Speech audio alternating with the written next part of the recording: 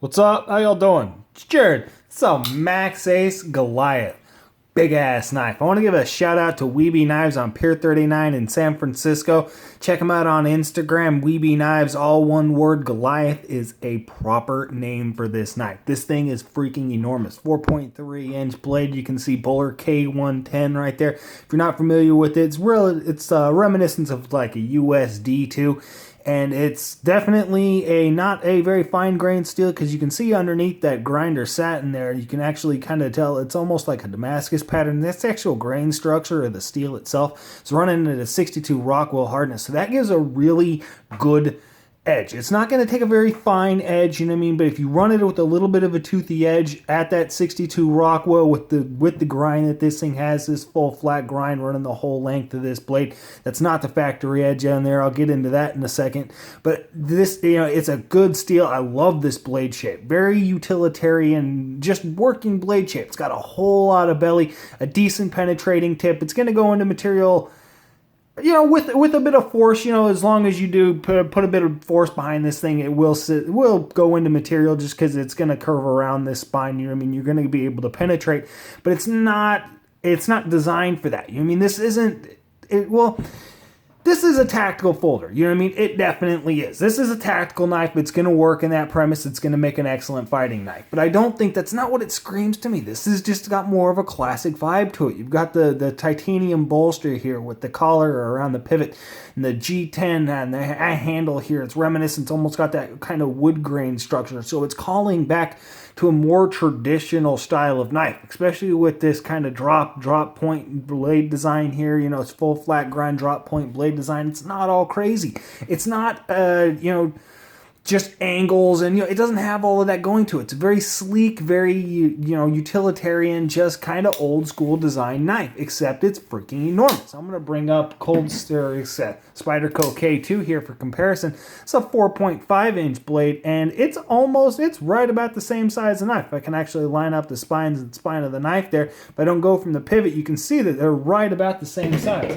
There's a Benchmade 757 Vicker. This is a little bit more, it's along that tactical pattern. It's all crazy, and it's got the crazy lines. It's a much more sharp and penetrating tip. This is a ZT0452CF. It's got a really long blade on it as well, and I got Gorilla Glue on the tip. I don't know how the hell to get it off. I've been trying to pick that off for a couple days now. Don't dig Gorilla Glue in your knives into Gorilla Glue. It's not a good idea, but you can see the size of this thing. And it's definitely, it's in that, it is in that larger class of knife, but it's thick. I really like the way that it feels in my hand. It does have kind of square corners. You can see the edges here. They are chamfered. It's got this really wide angle chamfer on it, which actually adds to the overall just, shape and the design of the knife, but it leads to that corner there being a little bit sharp, especially when you're really digging into material. If you're digging into some harder wood, something like that, it does wear into the back of your hand. You can get a little bit of a hot spot there, but it's comfortable to hold as far as in the actual hand. The back of my hand is very comfortable. The only real hot spot is right there. And so it only comes in with really hard digging. If it's any sort of pull cut, any sort of draw cutting, if I'm holding the knife in any other sort of grip, the thickness of this thing and just as much handle as there is here kind of leads it to just a good work knife. I can use this thing for a longer period of time. It doesn't wear on my hands. I definitely do appreciate the design of this handle here. It's got this little bit of a swooping design to it. It fits my hand nicely. I like the finger choil, the way that this is done with the guard coming up. This is almost just unanimous with flippers. Now the flipper transforming into a little bit of a blade stop, so you actually have stoppage protection so you don't actually slip up onto the handle. That's common in most flipper designs now, and it carries through to this as well, but I do like the design of this flipper.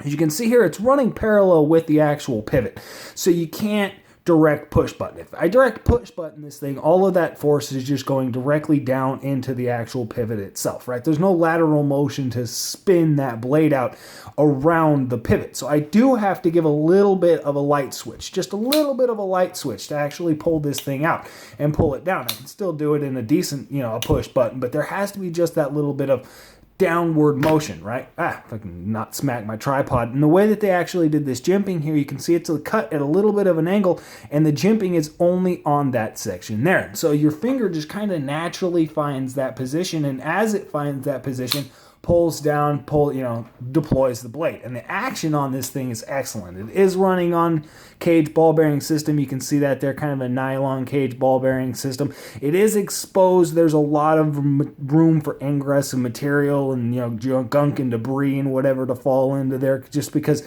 they had to fit the actual bearings in there. And so there is a decent amount of space between the actual blade and the scales themselves, but that's just inherent with a lot of the steel, steel frame, steel lined ball bearing flippers that are coming out on the market now. I do like the lockup sitting here. This actually hasn't moved. It's settled in a tiny bit, but you can see there it's sitting right at about 50%. And they skeletonize the crap out of these liners. These are 420 J2 stainless steel liners, but you can see just the amount of skeletonizing that they've actually done in here. Basically everything that you can take out, they took out. You can see just the amount of material that's actually been lost there. I do like the way they did the relief cutout for the actual spring tension on the lock bar there. It gives a good amount of lock tension because that will relieve a little bit of the spring, the actual spring action, having those little 3 cuts there. That will relieve some of the tension, but it's not going to relieve a whole lot of the tension, especially with this relatively thin 420 J2 stainless steel liner. You know what I mean? The way that that's actually done there is going to give you a good, strong, sturdy lockup. I really like the way that that's done. That's really well executed. And as well, the bolsters, the way that these bolsters are held on, it's obviously held on by the pivot, the collar around the pivot, but it's also screwed into the back. If I can get my light to shine in there, right? You can see that there's a little screw there actually mounting the bolster here, going straight through. I imagine that screw is actually threaded into the bolster itself, and so that's actually how that thing is attached. The scales themselves, the G10 scales here, are just put on through, exterior screws, The pocket clip I definitely like. It's kind of a bead blasted, almost like a Sabenza-esque bead blasted titanium pocket clip, spring clip, excellent clip. This thing works very well. You can see there's a little bit of fluff that I actually couldn't get out of there. I said screw it, held in by one screw, kind of milled into the actual scale there to hold that thing in. I really like this knife. This thing is just classic. It's $100, $100 knife, right? Maxace, made in China, but a lot of these Chinese companies coming out with high quality, really good knives, and for the money that you really wouldn't be able to touch this if they, with an American produced knife. You got a titanium bolster that is a steel frame or steel liner lock, but the high quality G10, you can just see the actual texture of this G10. It's a nice high quality dense G10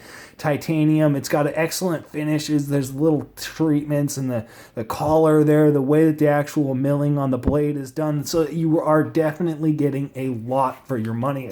Even on the size of this knife, you're getting a lot for your money. It's definitely a good value. I like this thing. Maxace Goliath, man. Maxace has been coming out with a lot of really good stuff. I actually picked this one up.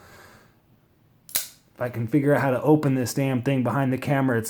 This is a hard knife to mess with. This is a Maxace Zerg. I'm going to be doing a review on this one in a little bit. It's what I've been carrying around for the last little while. That's some craziness, right? This isn't necessarily on that same line of craziness, but this is more hitting the value point on that just hardcore work knife. It's 0.16 0.16 inch thick blade stock on here, so it's a decently thick blade stock, but it's not crazy overly thick. And that really goes hand in hand with this full flat grind on here, and so you've got a really nice cutting profile. It's got a really good slicing behind this actual blade design. That's done really well. Again, 4.3 inches. The handle length is 5.5 inches, and so you've got a lot of handle length. 7.7 ounces. So it's a heavy knife. You know what I mean? It's not overly bearing. It's not overly crazily heavy, but 7.7 ounces, you definitely feel it. But that's kind of in tune with the way, just the overall size of the knife. It's a big ass knife, and so that kind of runs parallel there. 9.8 ounces over, or 9.8 inches overall, and so it's a large knife right underneath 10 ounces. Goliath. Maxace Goliath. How sick is this thing? I definitely like it. Can't feel the transition now. I mean, I can feel a little bit of a transition, but barely. I can't catch anything with my nail. You can see that there, runs over smooth, just excellently finished. There is, well, maybe not excellent, because there's a little bit of a gap between the actual bolster and the liner there, but that's really the only bit of fit issue over this entire knife. And that's saying a lot, because there's a lot of lines, there's a lot of intersecting points in this knife design here. So Maxace, just slamming it. Goliath. Yeah, that's it. Y'all have a good one.